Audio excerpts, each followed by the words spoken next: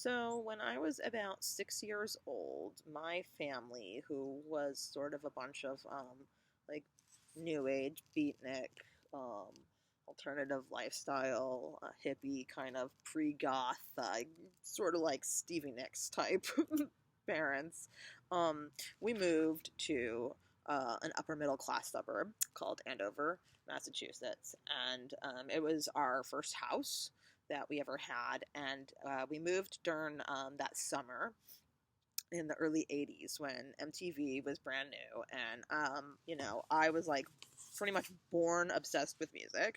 I was already like calling up radio stations when I was 3 years old requesting songs. So I'd heard about MTV, and all I really cared about, because when you're a little kid, you don't really understand, you don't really value the struggle, or understand the struggle that your parents went through to, like, go from having a small apartment to like this giant house in a good neighborhood. But what I did understand was, oh my God, we're gonna have cable TV. That means we have MTV. We're gonna have MTV. Oh my God, I'm gonna get to see music videos. Like, so that's, I'm 6. That's what I cared about. And I'll never forget that day that we moved, because I remember, as we were moving, I remember actually making the moving men, which is really funny because it's kind of like that video, money for nothing and the chicks for free. I actually made the moving men at 6 years old set up the television first when we got to the new house. I said, this room, the living room, this room has to be first. They put the couch there and they hooked up the TV. I said, you hook up the cable for me because I'm putting the MTV on, ASAP. I didn't care about setting up my bedroom. I didn't care about unpacking my toys. I cared about getting that damn MTV on. So they hooked it up for me, and it kind of worked out, for my parents, because I was able to kind of stay out of the way. When I moved to Andover, where the public school was known for being, definitely safe and was supposed to be, a good school, the people really were very unfriendly and just so conservative and so judgmental, and I was just very much a fish out of water. I really didn't have, I had a really hard time making friends. I had like one friend, and, little girls get into fights sometimes, and sometimes I would have no friends, which was most of the time. And at the same time, my parents were away working, um, back in the town where we used to live. So I was the typical 80s latchkey kid coming home off the school bus, walking up the street, letting myself in, and, going straight to the television and turning on MTV, where I would sit and spend time with my imaginary friends who were, all the videos on MTV, and then I would, dress up like them, and I'd, make clothes and play with makeup, and, try to make myself look like them, and lip sync, and I'd learn all the dance routines. My family was always amazed. They're like, oh, how could she can do every dance routine from every video, like any video that's on, she can get up and do the choreography, without having had any formal dance training. It's amazing. And she memorizes all the words to all the songs, and she's like 6. But yeah, so that was my thing. And I would also draw pictures. Wasn't the greatest artist. I'm a very good graphic designer now. I'm still not very good with freehand. But I loved to draw, and I had all these notebooks. I would draw pictures of them and design clothes, and,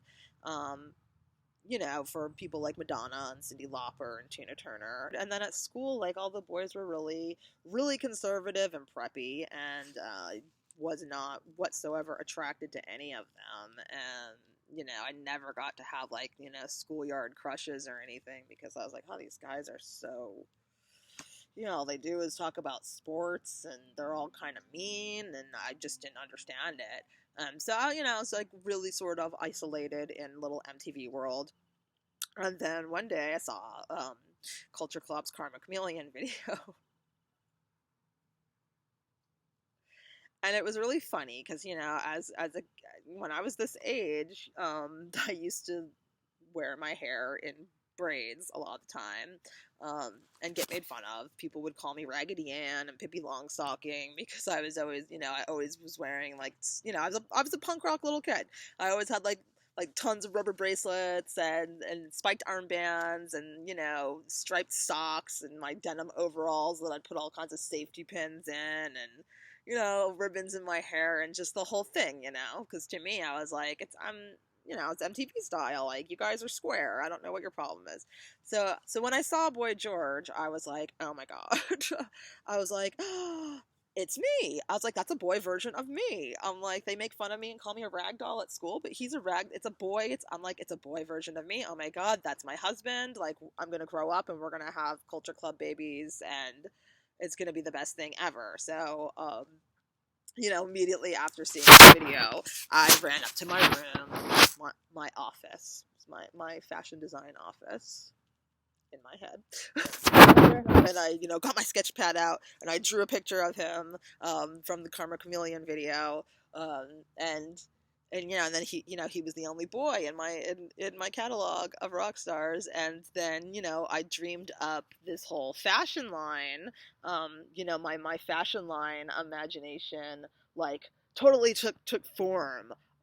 You know, with me and Boy George and you know it's kind of weird because at the time like there was a lot of controversy, people thinking like, oh, is it a boy, is it a girl, like what is that? I never thought it was a girl. Like I knew what that was as soon as I saw it. I was like, no girl. I'm like, that's a boy for me. You can all just go away.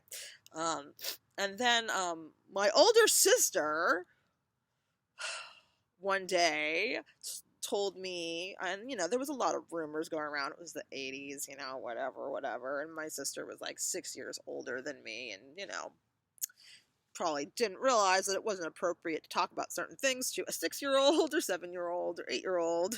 But she told me, you know, when it kind of started coming out that Boy George was gay, she told me that he was gay and that he had um, a girlfriend named Marilyn that was actually a boy that was going to get a sex change and so they could get married.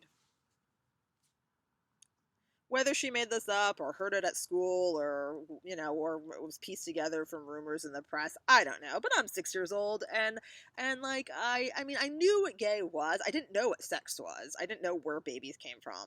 But I knew that like I knew that boys could like other boys in the way that they like girls, and I knew that girls could like girls in the way that they like boys. Like I knew, like even though I didn't know what sex was and I didn't know where babies came from, I knew that it meant um, romance. You know, I knew that it meant that you know, basically to me it meant, you know, oh, so you know you're gonna go get married, you know, you're gonna go have the fantasy wedding and kids or whatever with you know, with somebody of the same gender. And then, you know, that's all I knew. I didn't really like understand anything besides that, but that's all I needed to know. I didn't care about the rest.